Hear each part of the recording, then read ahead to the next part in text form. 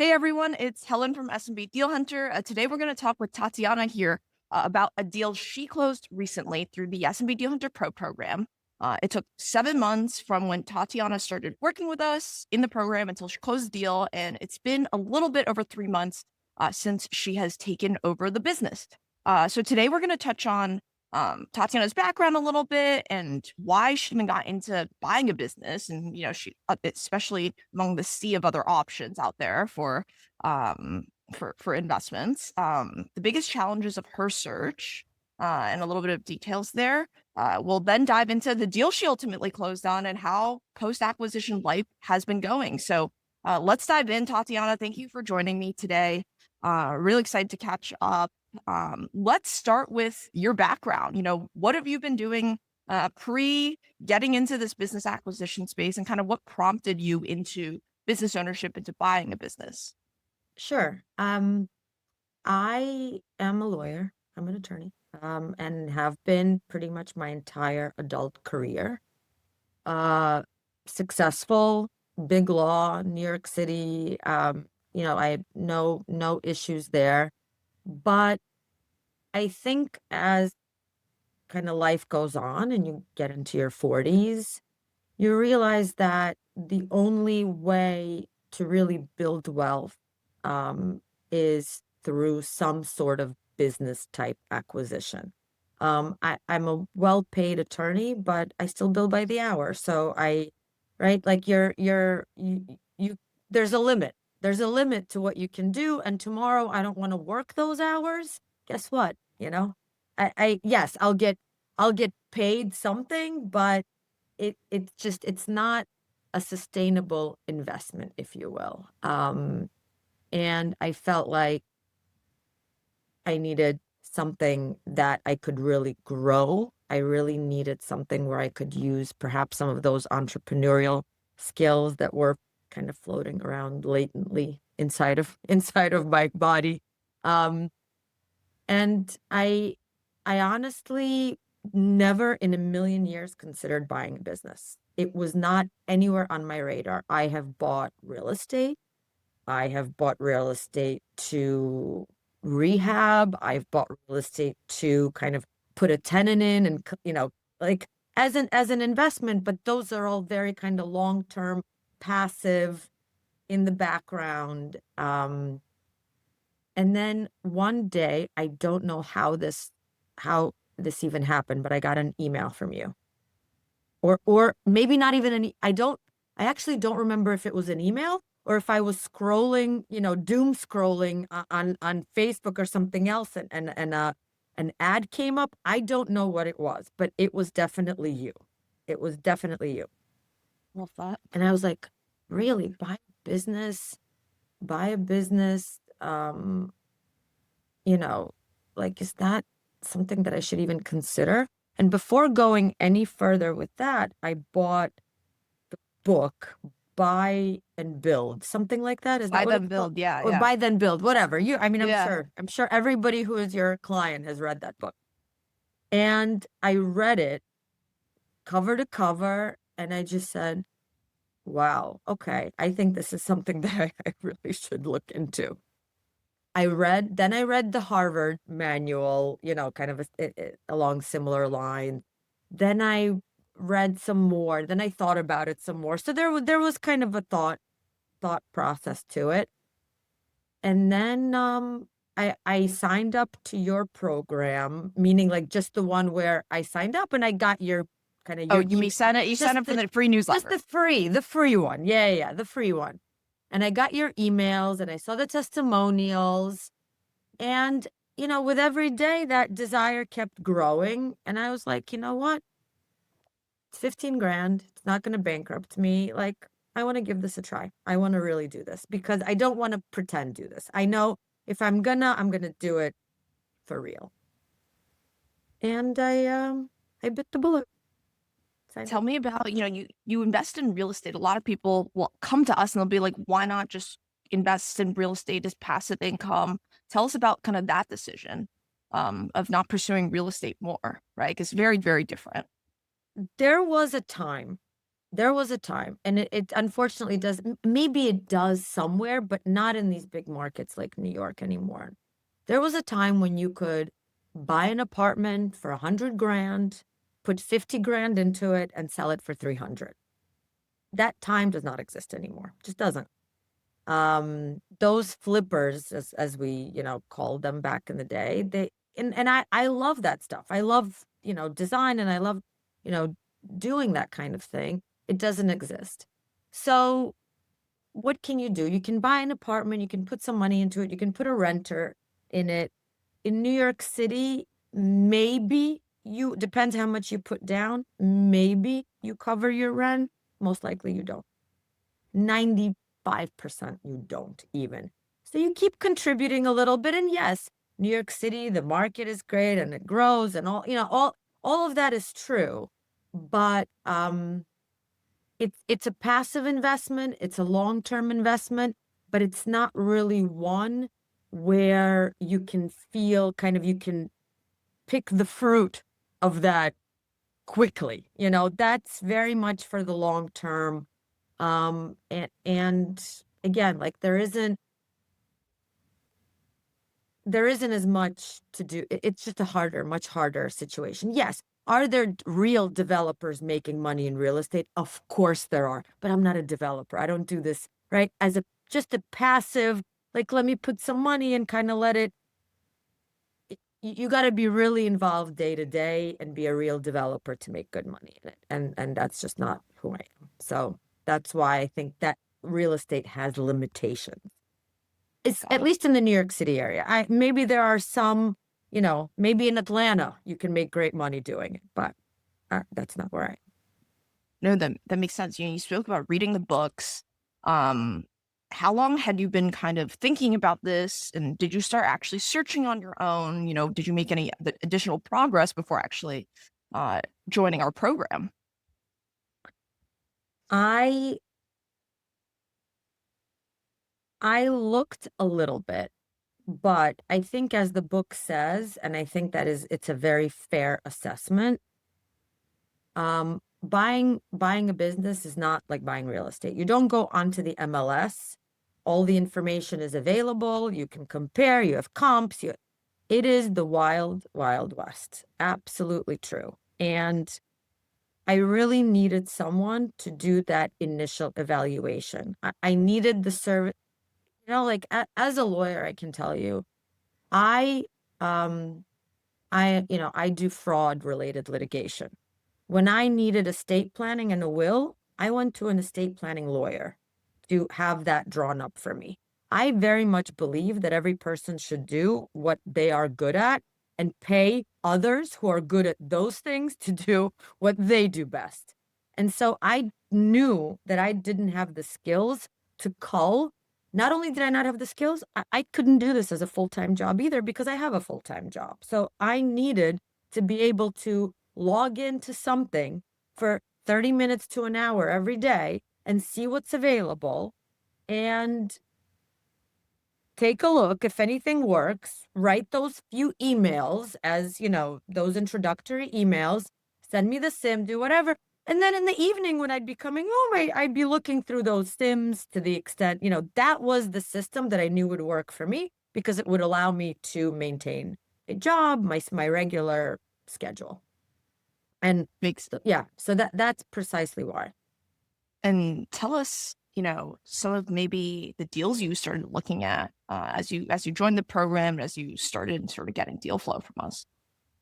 So I, I will tell you, this is my story is a very interesting story, and I don't, in that sense, the the business that I ended up buying is the first business that I was interested in.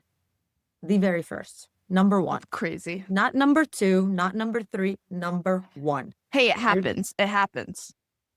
I opened that Airtable, which by the way, I had to even learn what the heck an Airtable was after I got, but I'm a lawyer. We use Word, we use programs that pay for and are on your computer.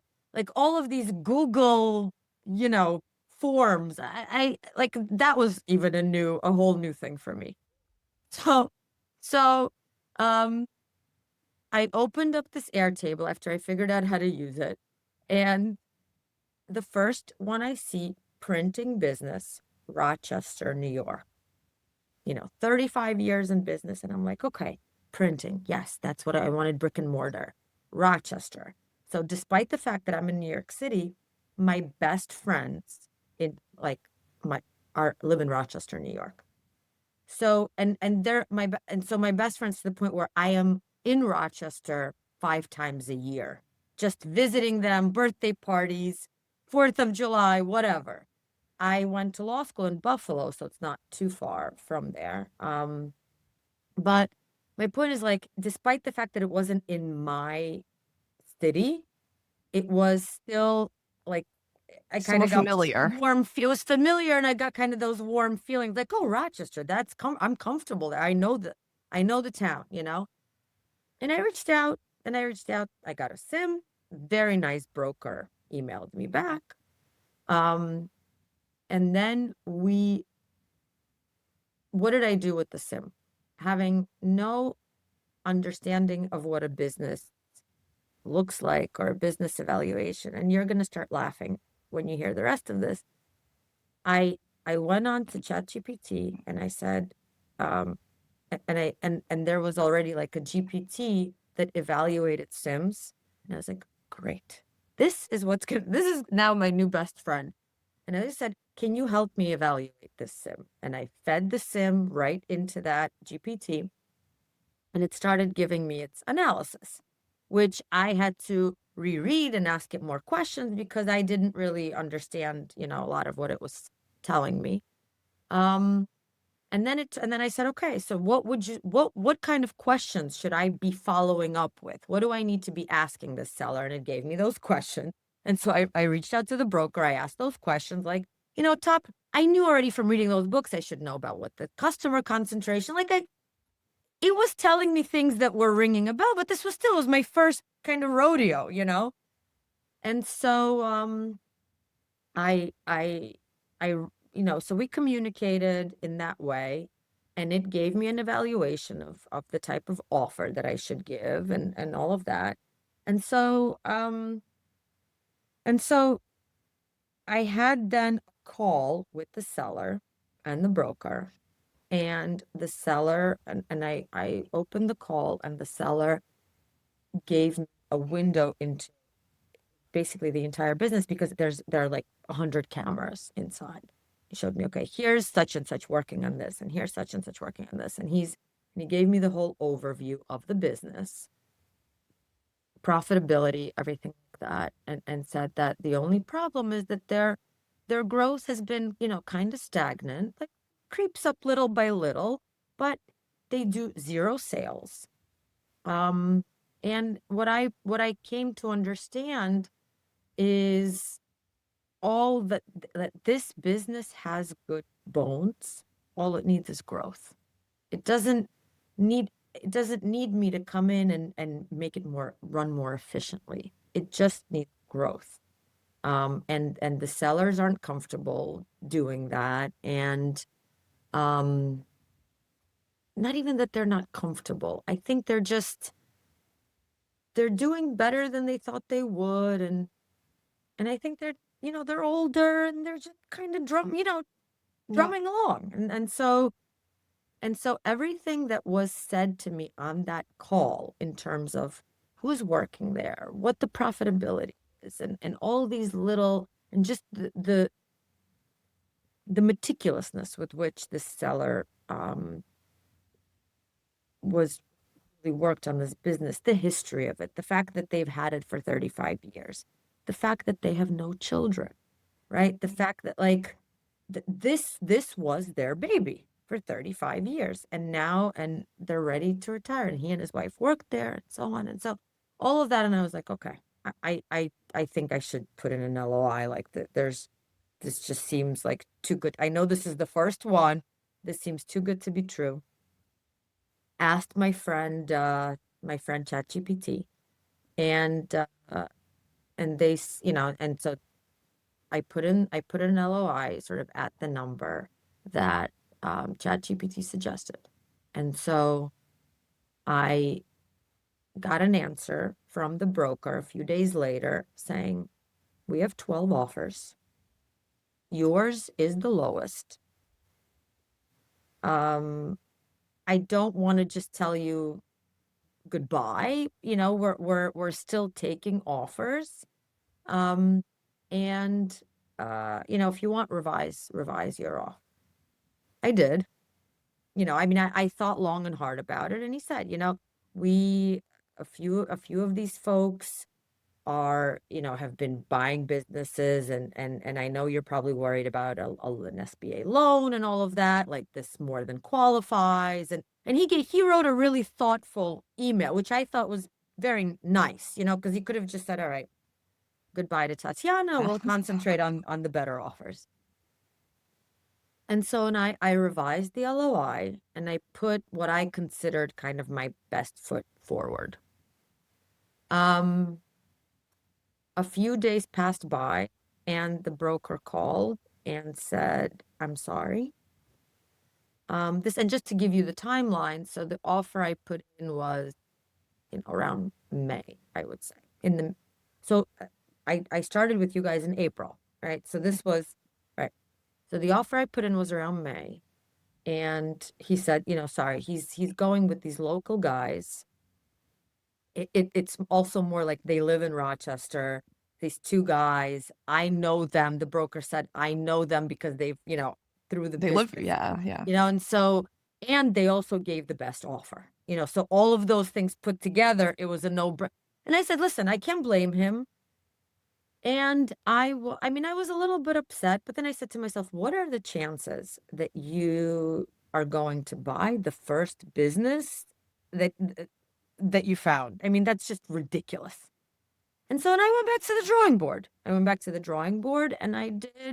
And I started looking, and I on the one hand, I was looking at everything and kind of playing with search terms, through your system, just to look for the types of businesses that I might be interested in. I was thinking like, oh, maybe property management because I own some properties, and maybe that would be a good analog to like kind of how I already have some investments, and so whatever. And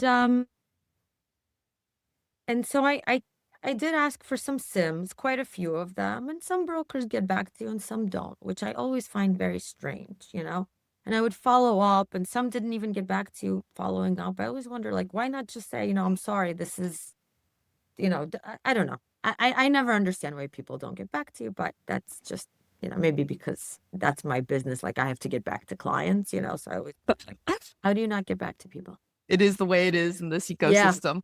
Yeah. And I I did look at a few. I did have some interviews, kind of the discussions with either with the broker or with the seller. And I never got to a point of LOI. It was one of those things where nothing kind of rose to the level of how I felt about that first business. Just didn't. Or there was a business in Long Island. I think they sold like laundry parts. And so there was something about that I kind of liked, and it was close and whatever. And then I took a look at the pictures, and it just looked dirty and so disgusting, and like the boxes of inventory just kind of, and this is just even the pictures that they posted, right? It's not like I went out to visit the business. Do I really see myself, going to that business with those falling pieces of laundry parts? I don't know. Like, You're hilarious. yeah, I I don't mean, know. was there Like, what were you looking for coming into this? Maybe taking a step back, were you looking for something? You mentioned retail. Is it you obviously you mentioned before we even started this interview, you were looking for something that was not e-commerce, not like tech. No. What was your kind of general thesis behind buying a business? My general thesis was this: sellers must retiring. A, well, must be retiring, and this has been the business that they've developed. Not like they invested 5 years ago and now they're retiring. Like this is their, that was priority number one. Why? Because I didn't want someone who invested and flipped it to me, because I felt like they would pump it up and get a return and get a, whatever, a 3x or a 5x, and then they peace out, and I'm left holding the bag. Whether that's true or not, I think I would always just feel that I'm missing something, and being not a I wouldn't say savvy business owner. I think I'm savvy enough. It's just not something that I've done in my life, So I'd be always second guessing myself, like, did I miss something? Did I not ask the right question? And I just didn't want that. I didn't want it. And so that was priority number one. Priority number two, I wanted something brick and mortar, with workers, with people who clocked in, clocked out. Like there was something about, they say buy a boring business, and that was something that I really felt was important, because I don't know how to compete on the cutting edge of technology. I don't know how to compete on the cutting edge of e-commerce, or how to make, the latest, something that Kim Kardashian wore, how to make it for $5 and then sell it to the world. Like I these are not things that I know how to do. And I'd always feel like someone else is going to be better at that than me. And so I didn't want any of that. I wanted something brick and mortar, that was, I don't know, part of the fabric of it, of where it was, if you understand what I'm saying. Yep, sure. Um, and of course, and then have certain markers of profitability, just to make sure that, it's a sound investment. And that, of course, doesn't, that's obvious. And so that was it. That was generally the thesis. That was generally the thesis. And so this one where I, the first one that, where they told me goodbye, um, it was the sellers were owned the business for 35 years. It was their baby. They had no children. They were retiring. They felt that they were being complacent. They felt like the business needed new blood. They knew that at their age they weren't going to start, you know, thinking up new ideas. They just wanted to make their money and go home, and they're and so I that And then obviously. what happened next? Yeah, Everyone's waiting to hear what happened right, next. You right. didn't get So the deal. You started looking at others. You never found anything that quite excited you as much as the first deal. So then what happened?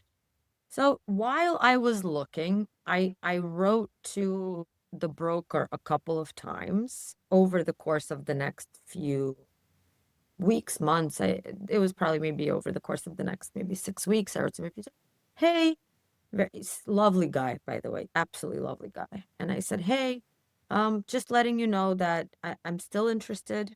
This is, this is the girl I want to take to the dance, and despite all these others, it's still the one. And if anything falls through, keep me in mind. And one day he wrote me back and he said, the deal that the sellers are in is about to fall through. Are you still interested? And I'm like, yes, yes, I am so interested. Um, I remember getting that email. My hands were like, I cannot believe that they've come back. And you'd be surprised. We see this so often. That's how we always tell people you have to keep following up. If you don't get the offer, if you don't get under contract the first time, like there's a very good chance that you will, come back to market. So, And I said, not only am I interested in, it was the end of June. I said, I am going to Rochester week. Can I go meet them and talk to them and whatever? Yes, absolutely. Appointment was made. They were still apparently under, what I found out later, they were still under LOI at that. Like these guys were not letting them out of LOI. So so just quickly, I'll fast forward to the point where we went to visit the business, my husband and I. were there, went to visit it. I mean, it is a print and mail shop. You could eat off the floor. I mean, these folks run this business like meticulously. Everything is, the seller knew the profitability of each single machine. He walked us around. I mean, for 2 hours, we just walked around and talked about every machine that's there, what its profitability is, what he does, and so on. And tell Then, us about the business model. Tell us about the business model. Like, how does the business make money? Who are the clients? so what's the business model? The business model is it's B2B. And what they do print and mail, meaning um, you need brochures, you need postcards that you're mail, everything that you get in your direct mail, in the mail that is not, you know, junk mail. That's it. I mean, it's junk mail, but it's not only junk mail, it's also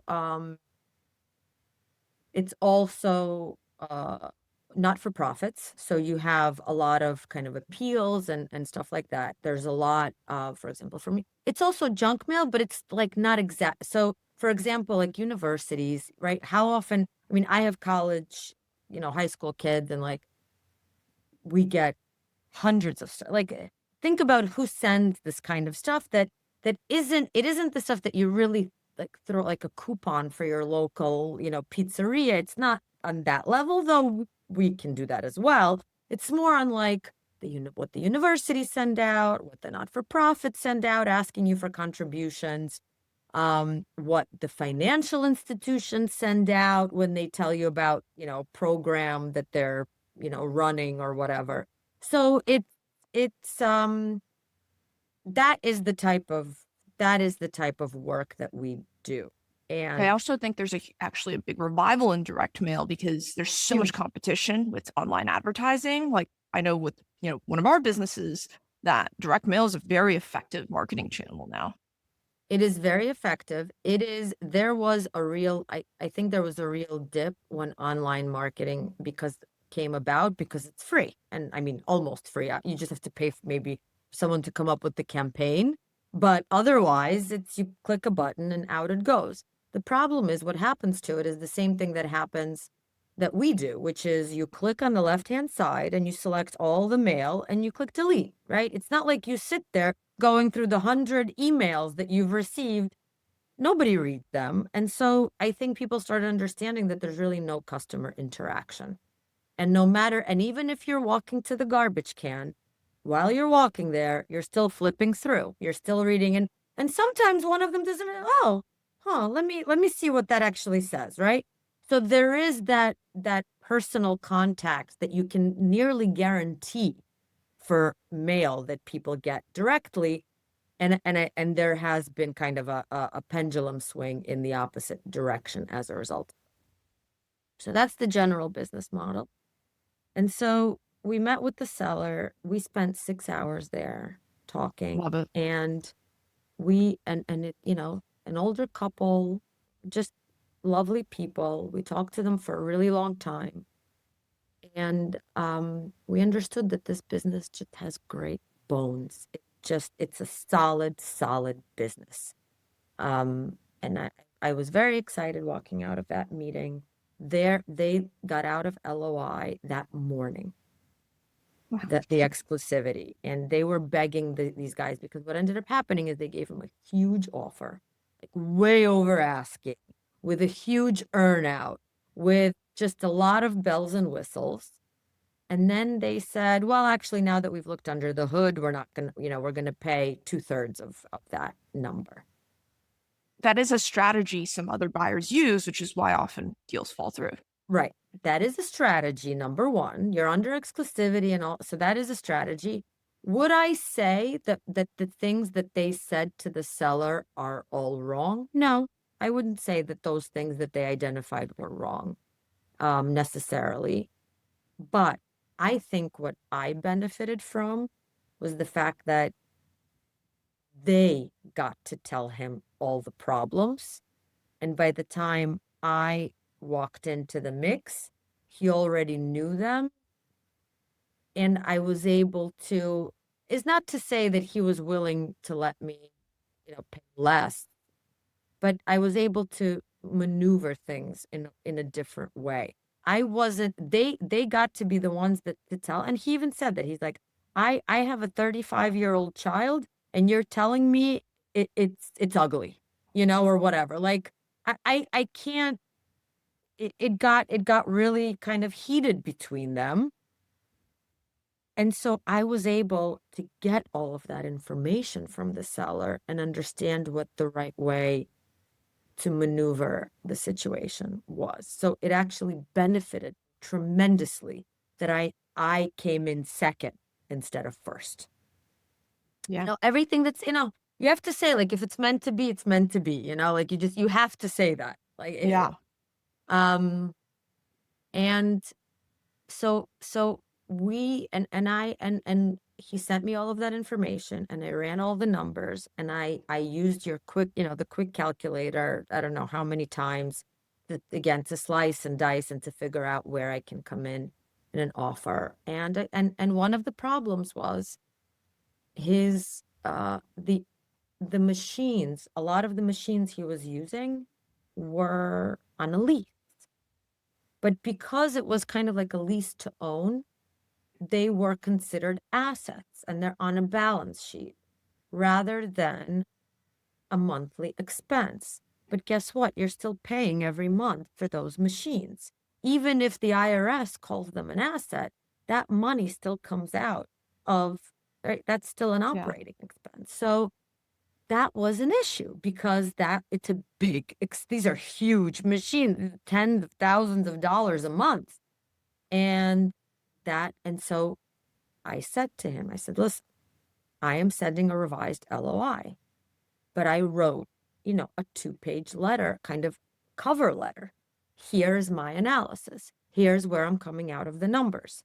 If we can structure it this way, or we can structure it that way, or you can pay off these machines. I can pay you more if you pay them off, or I can pay, but where he was in the lease didn't make sense. And so, but I think the way that I was presenting it, it felt like I'm trying to figure out how both of us can come out of this and be happy, And ultimately, the deal that came out of this was that he was going to be investing in this kind of business too.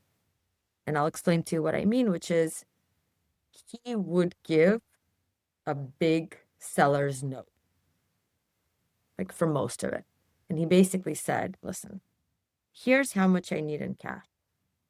That's just to pay my expenses, probably pay the broker, this is what I need. I'll give you a loan for the rest of it. Oh, And so that, and this way, both you and I are basically invested in this business, and I am betting on you, that you're going to take this business, to where it needs to be. And my retirement is dependent on you, and all of that. That is something that I'm willing to do. And I said, okay, let me think about that. And I went back to kind of slicing and dicing the numbers. And I said, okay, I'll give you this first tranche. And what he needed was still more than I had. So I did have to take out a small SBA loan.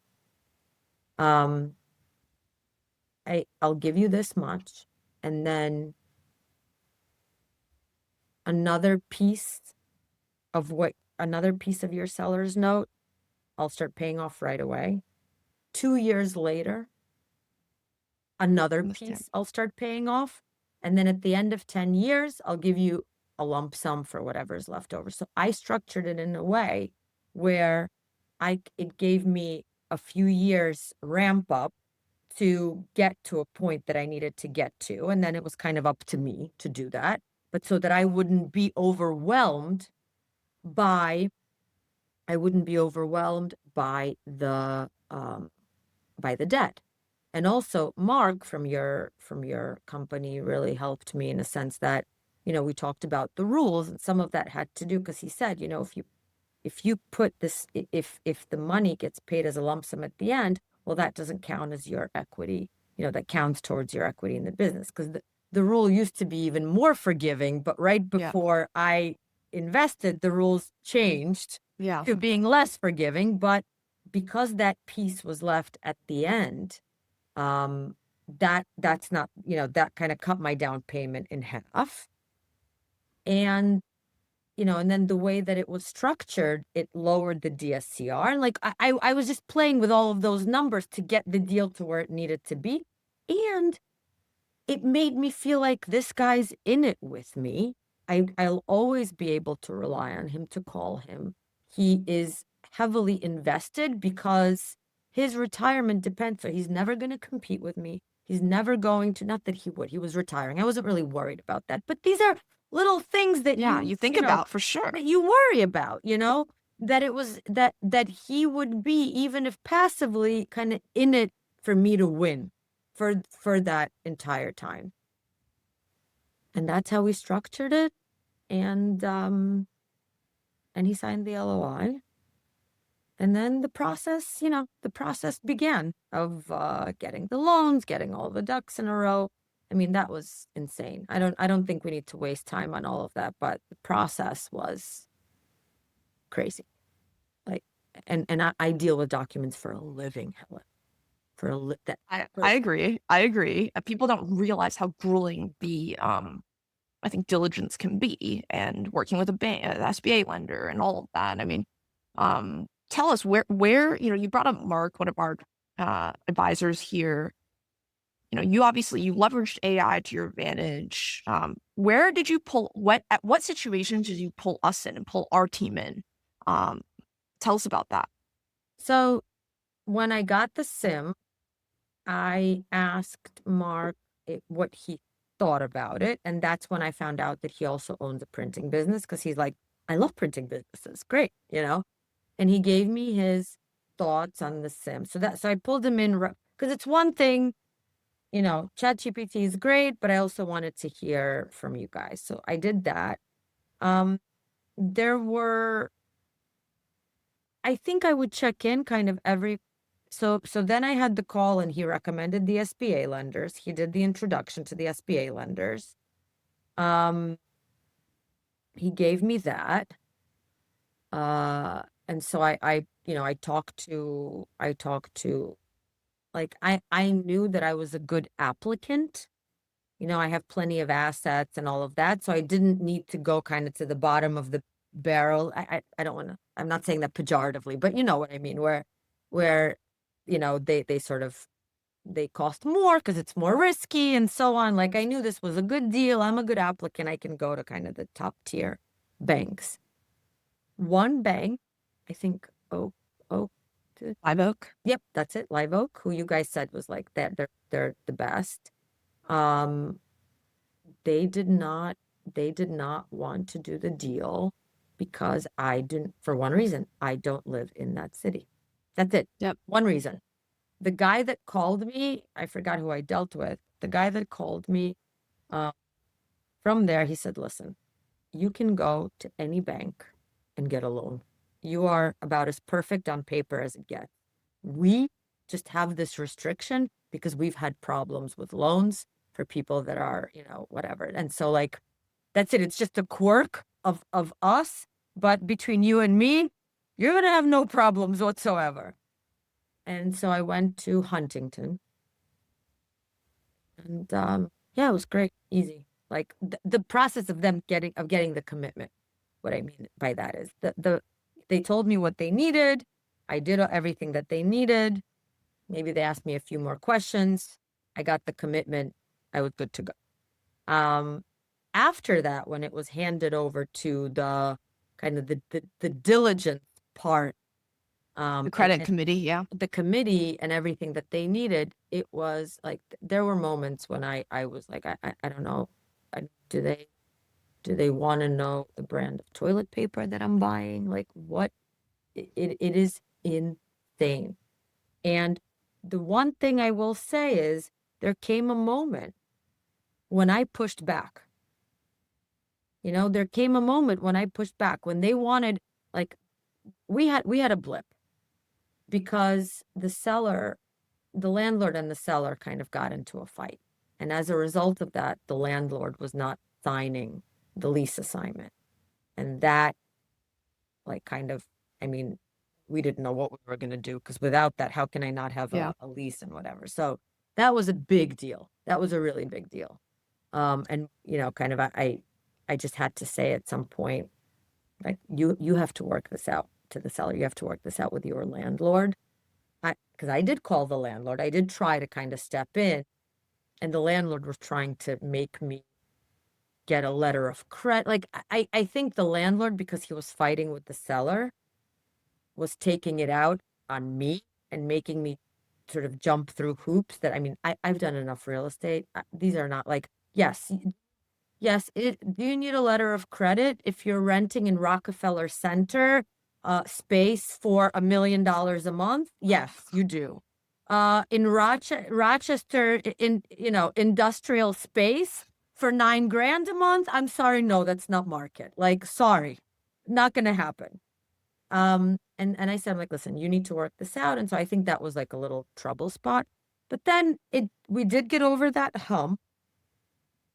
But Huntington sent me this, landlord subordination. And I was actually worried, given that, like, that the landlord won't sign it.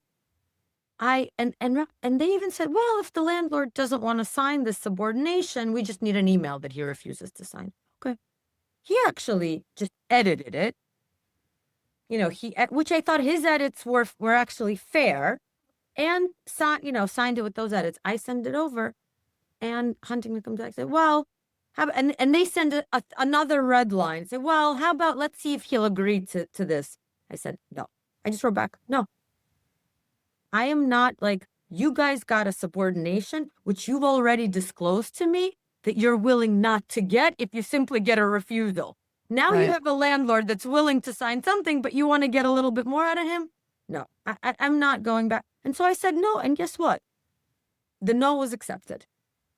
We signed, or another thing, when we signed the assignment, it ended up being like not 10 years, but like 9 years and 10 months, just because of the timing.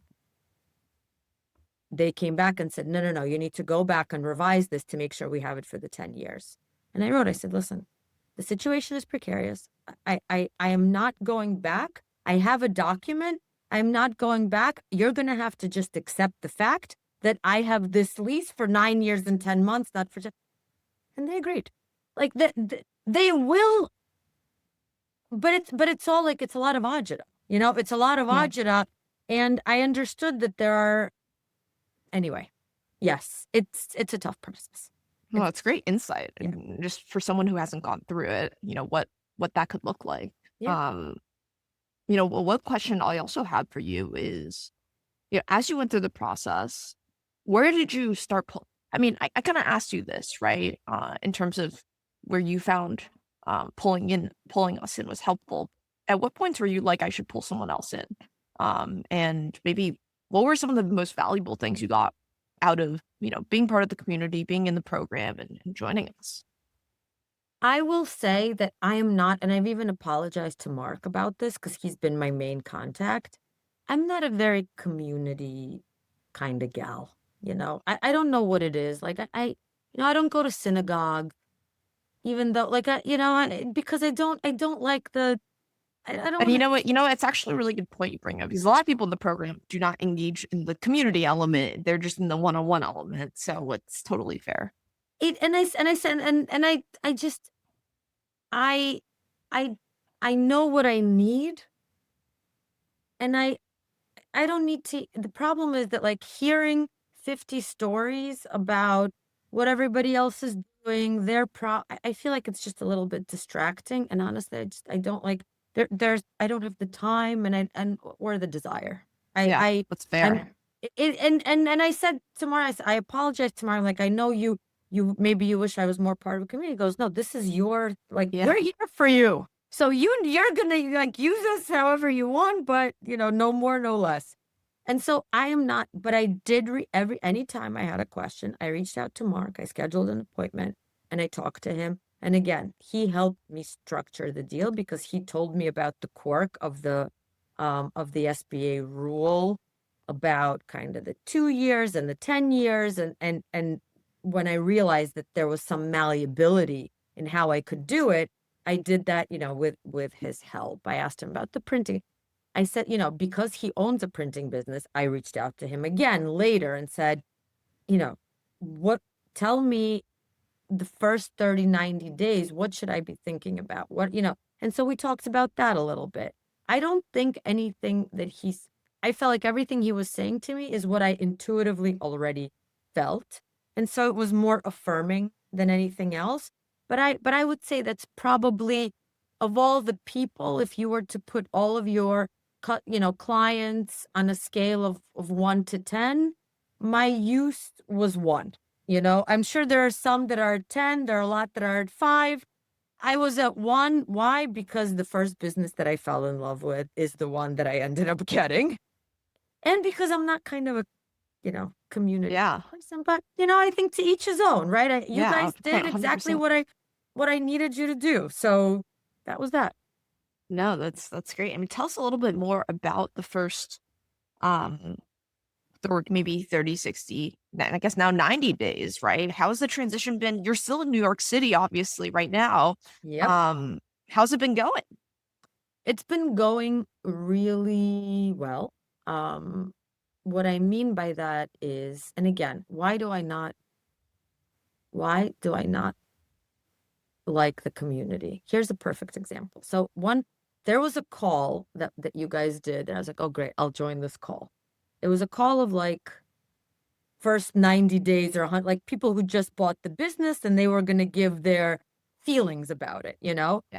And so once, like, one person said, oh, working capital, forget it. You're going to blow through that in 10 seconds. Like, make sure you have a good cushion. You're going to blow right through that. Another person said, I don't like, get ready for the fact that you will be laying on the floor with tears pouring down your eyes because it is just like all of these people now work for you. All of the stuff is now happening. And so not one thing that anybody said on that call happened with me. Wow. And part of it is like, I know who I am. I am not a nervous Nelly. I know exactly what I'm doing. Um, I don't, I take kind of ups and downs in stride.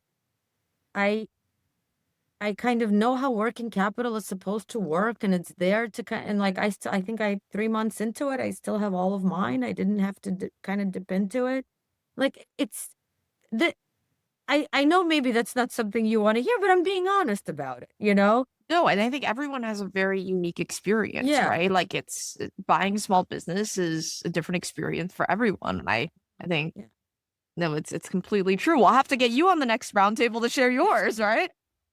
But it's been one of those things like you what did I want to make sure? I wanted, my girlfriend, like they say you don't make any changes in the business for the first 90 days.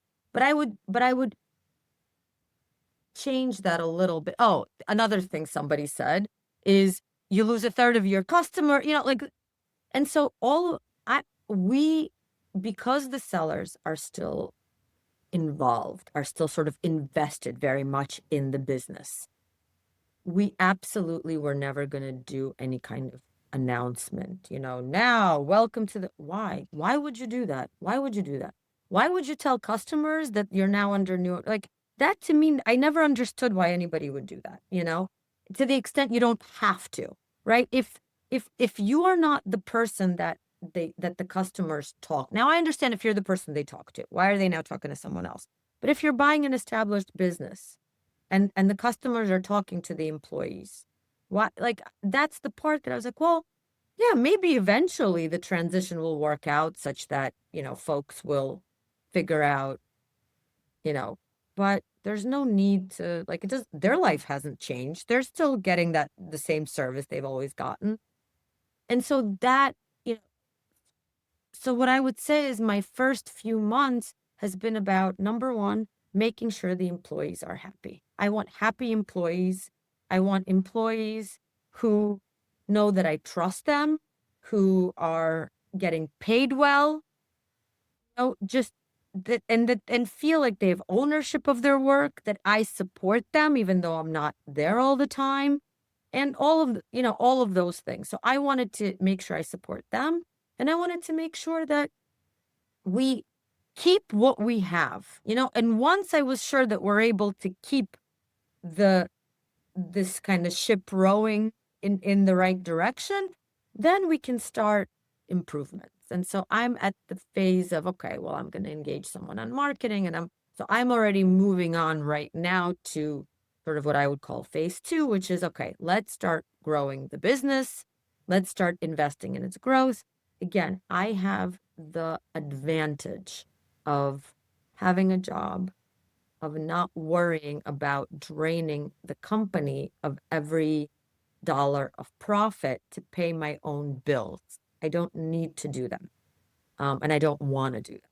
I want to, I mean, I'm not saying that I'm reinvesting every dollar because that just doesn't even make financial sense. Um, but I'm doing it in a very kind of calm and rational way of, there's enough there where we can make some investments for improvements in the future, and that's okay if if it, if the profits, if it cuts into the profits a little bit, that's okay. I want to really grow this thing because I think it has great bones, and I think in a few years we could, easily 3x the business. I really do. And but I'm not doing it in a way where I'm putting stress on anybody. I'm not putting stress on my employees. I'm not putting stress on myself. I'm It's just, I think, my general mantra in life. To the extent that you can reduce stress, you reduce it, right? There are things that will be unavoidable, but if I'm controlling it, I'm going to do it kind of slowly, rationally, one by one, in a logical fashion. And so that's what No, I've done. it's a great mentality. I'm curious. I'm sure a lot of people are definitely wondering, how are you managing the business remotely, working another very demanding job, obviously full time? How are you how are you handling things? What does your day to day look like when it comes to this business? If I was a doctor, or like my husband, a dentist, or a construction worker, or something where I had to use my body and my hands and in to do the work, um, I wouldn't be able to do it. But my job is a computer-based job. It is a job where I sit, yes, I still work 60 hours a week. Uh, you know, that's just life in big law. But I have a computer, and now I just have a second computer, and I check in. I make sure, every few hours I check all the emails that have come in and have been responded to. Not because, I mean, a little bit because I want to make sure that the employees are doing all the right things, but mostly because I want to make sure that I know what's going on. I want to know what the customers are demanding. I want to know what a sample proof looks like because I want to know the business. So but that check-in is 5 minutes every couple hours on my computer where I can scroll through those emails, maybe 10 minutes, and it is seamless. I can schedule calls, during my day. Why not? I'm sitting at my desk. I can schedule a 10-minute call here, a 30-minute call there. It doesn't really change the stream of my work. Now, are there days when I am extremely busy and I do a little bit less and I check in less? Yes, of course there are. But I have a manager who, like, m- the business runs, my everything that I do in the background, I almost do for me. So if I need to do less one day, I do it. If I can do more another day, I catch up on the weekends. I love doing accounting. I love doing QuickBooks and kind of doing all of that. Somebody would say it is a huge chore. Not for me. I was a math major, and I just don't work with numbers enough because I'm a lawyer now. And so it just gives me some sort of satisfaction to do that. So I don't mind that. I do it on the weekends. I do it in my Uber coming home from work at night. I do it at different times, but I enjoy it so much. And it's one of those things like, um, it it's taking on this other thing crazily enough, has allowed me to enjoy my job more also, because um, it feels like I now have an outlet for certain things that I didn't have an outlet for, and it's allowing me to enjoy what I do more now. So it's been kind of a win-win across the board. That's so interesting. No, that's really interesting. I mean, it seems like you're managing this spectacularly. I mean, I'm also curious, and you kind of brought up numbers. Obviously, one of the big reasons people buy business is because there's cash flow coming in, right? It's a profitable business. Has that proven true? Has that proven true for this business? Yes, Um, right. absolutely. It has. I mean, listen, I don't know this business, especially the way that that's one of the things that I would like to change about it. It is very um, seasonal, cyclical, if you will, because so we do a lot of political mail. And so September, October is insane. I mean, the seller told me, he said, I make half of my money of the year in 2 months, you know. Wow. I do. And while that, in some sense, it's good because it means, you can take like the summer isn't going to be crazy. People like to take the summer off. Then, come Christmas, you can take that off. Like those aren't going to be, right? It works which by the way, I did like that because what I didn't want is I already have such a demanding job. And now I'm going to have a business where even the times when I would be on vacation or took off, I'd be, now crazy with this. So it actually resonated with me a little bit that those would be the busy times. But, it, and so there are some years that are, I haven't done it enough to get a feel quite yet. But I will say that, January, February, year over year, we're up 50%. Wow. Yeah, 50, not 15, 50. Yeah. What do you attribute that to? I wish I could say all of my skills and my beauty and all of those things that I bring to the table. But um, I don't, maybe I will be able to make that assessment at some point. I don't know quite yet, but I'm just happy that we are able to we're able to kind of keep this thing together and I move it mean, in that's the a right crazy direction. level of growth. I know. I Wow. wish I had I mean I just closed February obviously, and so I'm I'm sort of on the one, like I don't know if it's an anomaly. Like that's why I'm saying I don't have enough to tell you all the reasons, why Yeah. it's so great. But yes, it's great. It's great cash flow. I mean, I'm taking, I'm already kind of taking money out of the business. I have plenty of money that I keep I definitely don't want to kind of starve the business of, I have plenty of, overhead plus, so it's there. There's never any issue, but the cash flow's great. And it's B2B and I think it's like probably near, I don't, again, I don't know, but it's probably near 100% collections, right? Everyone's paying their bill. Knock on wood.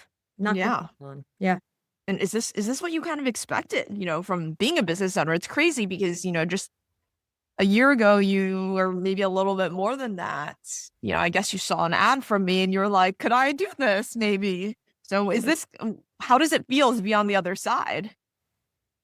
I sometimes look back and say, did this really, did all of this really happen? Of course, there were moments where I thought, okay, realistically, what am I going to have to do? Am I going to have to leave my job? And what will that look like? Am I going, like I did all of those. I ran through a lot of permutations. The one thing that I decided I wasn't going to do was come to a decision before before the situation presented itself. And what I meant by that was, if I saw this business as this huge cash cow, as you say, as something that I could grow into this multi-million-dollar enterprise, but my job was not allowing me to do it, then I would, maybe take a sabbatical, maybe work out some sort of a part-time situation. I was con I was considering because I definitely didn't want it to languish. Like I bought this thing. I wanted to succeed. I wasn't gonna just let it collect dust. Absolutely not. That I was never gonna do. But I'm very happy that I didn't force myself into a decision before I knew what's what, you know? Yeah. Listen, maybe that decision is still maybe one day it'll present itself again. I honestly don't think so anymore. I think that I'm going to be able to manage it. Um, but I yeah, while I did consider that my life would change, it really and it has changed. It's only changed for the better, even though I'm twice as busy as I was before. And I know that sounds crazy, but you just have to know yourself. I don't like not being busy. I just don't like it. I don't know how else to say it. And I enjoy the fact that I have this other thing. I really do. No, that's fantastic. And I wanted to also bring up, you said, you weren't a heavily active user of our program, which is actually interesting because a lot of people are actually in a similar position, right? Where they only use the parts of the program they find they came for, and we offer a lot of things. Not everyone touches all of it. You know, given all of that, right? Given that fact that you feel like you weren't such an active user, is it something you would recommend to someone, joining us, um, for someone who's maybe in your shoes a year ago, right? Who's looking to buy a business, what do you have to say to them, um, as someone who wasn't even like the most active user of the program? I recommend it wholeheartedly. Wholeheartedly recommend. Why? Because well, let me say this. If you are a savvy business buyer, you do this day in, day out, you have your own network, your own thing, maybe this is not for you. But if you are someone who is saying, I need to diversify, I'm invested in the stock market, maybe I'm invested in real estate, and now I want to try this. I really don't know how one would do it without you and your program. Um, it's interesting when I started signing when I signed up and I started using your program, there was another program that would come up on my Facebook feed and they're like, buy a business, we'll even put an operator in there for you. We'll do this, we'll do that. I don't even know who they are, but like it was almost like they even take it a step further than you take it, which is like we'll do it all. We'll do it all for you. You just sit back and collect the money. I have to tell you like that.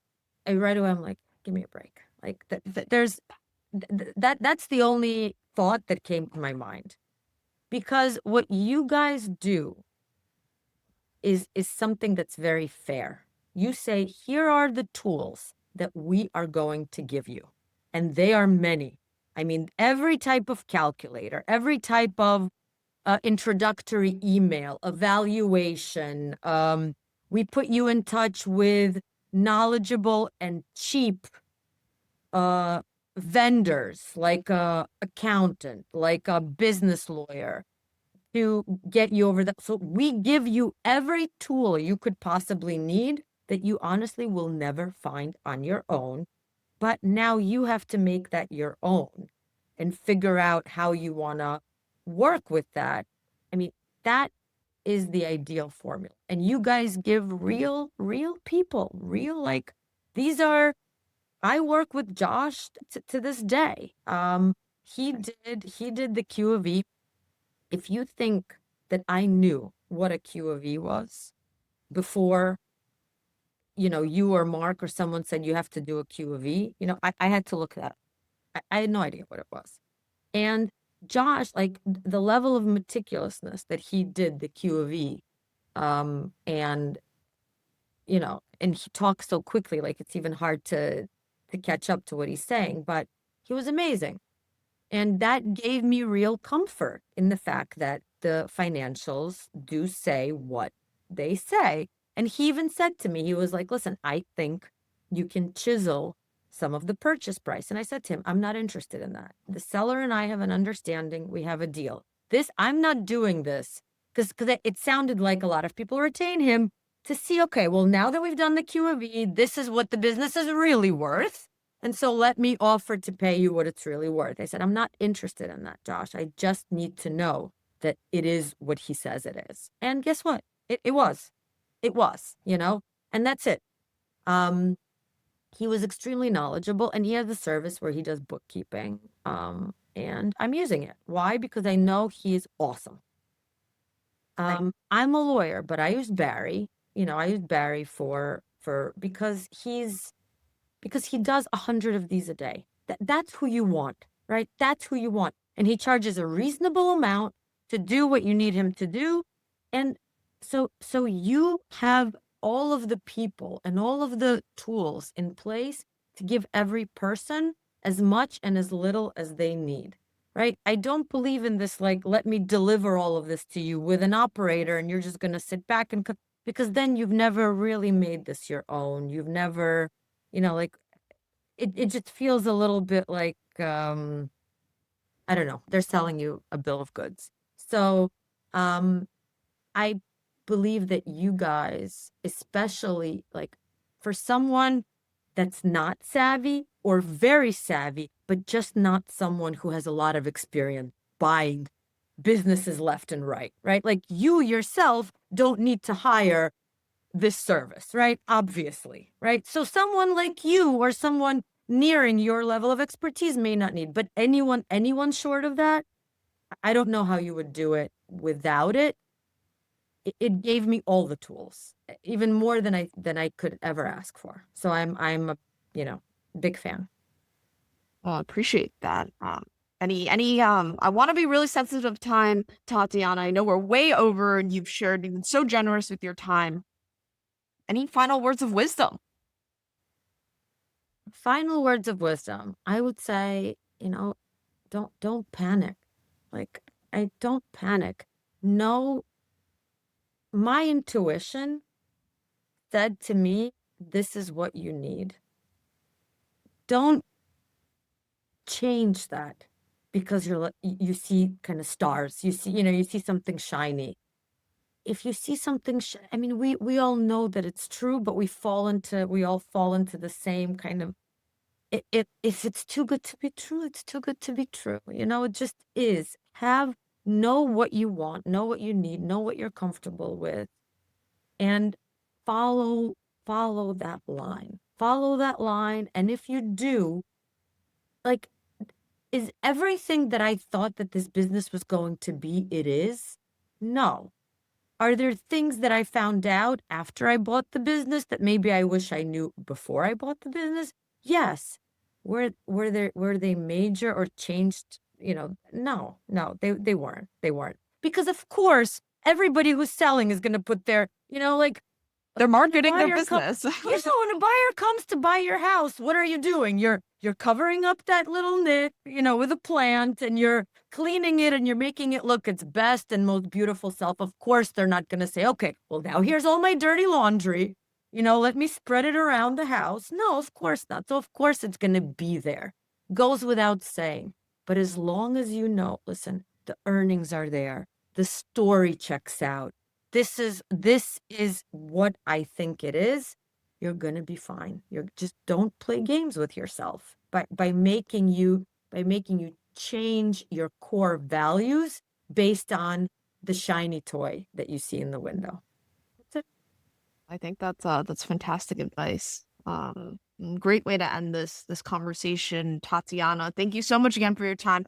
We'll have to get you on to the next roundtable so you can share your perspective, which is obviously different from our last round of 5. We try to do them every quarter, right? So that people can share their own stories after they've closed from the program. So we'll have to get you on. Yeah, anytime. Happy to.